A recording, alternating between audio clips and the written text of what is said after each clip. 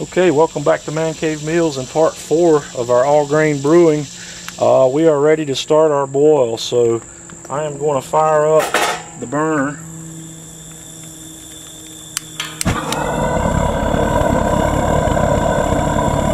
And we'll bring this to a boil. Okay, now that we've achieved a boil, we're going to start our timer. We're going to boil this for 60 minutes and we're going to add hops along the way. We're going to add some hops at the 55-minute mark, the 30-minute mark, the 15-minute mark, and then when we turn the burner off, we're going to add some more. So we'll be back as we do the hop additions.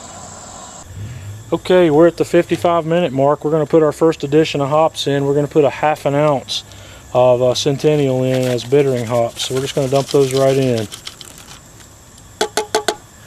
And we'll be back at the we'll be back when there's 30 minutes to go in the boil to add the next set of hops. Okay, we're back to down to the 30 minutes to go on the boil. So we're going to add another ½ ounce of Centennial hops. These hops are for bittering and flavor.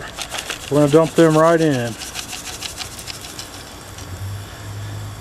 And we'll be back at the 15-minute mark in the boil. We've got several things going on there that I'll show you when we get there. Okay, we have 15 minutes to go in our boil, so we're going to do three things right here. We're going to add our 15-minute hop addition, which is a ½ ounce of Cascade pellets. And I'm also going to add this tablet here. It's called a Whirl Flock tablet.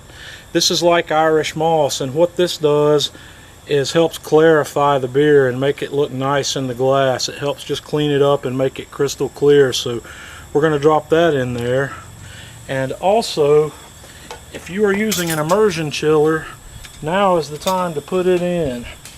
This has been cleaned, but what's going to happen is we're going to put this in here. You know, like I said before, anything that touches the beer after the boil has to be sanitized. Well, this boiling water will sanitize this chiller, and it'll be ready to go when we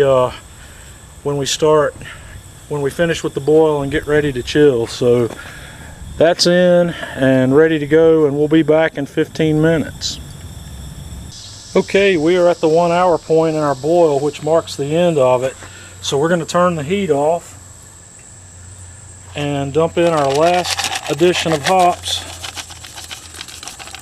Those are just another ½ ounce of Cascade hops for aromatic purposes. And now we will turn the water on to the chiller and chill this beer down as close to ambient temperature as we can. It is August here and it's hot outside. My groundwater temperature is probably 80 degrees or so, so I'm not going to be able to chill this down quite all the way with the chiller, but we're going to get it as far as we can go. So we'll be back shortly after we get chilled down. Okay, we have our wort cooled down to about 90 degrees, which is about as low as we're going to get it with the groundwater temperature I have to work with. So we're going to pull the chiller out, and then we're going to start running this beer off and get it ready to put in our fermenter. So we're just going to open the valve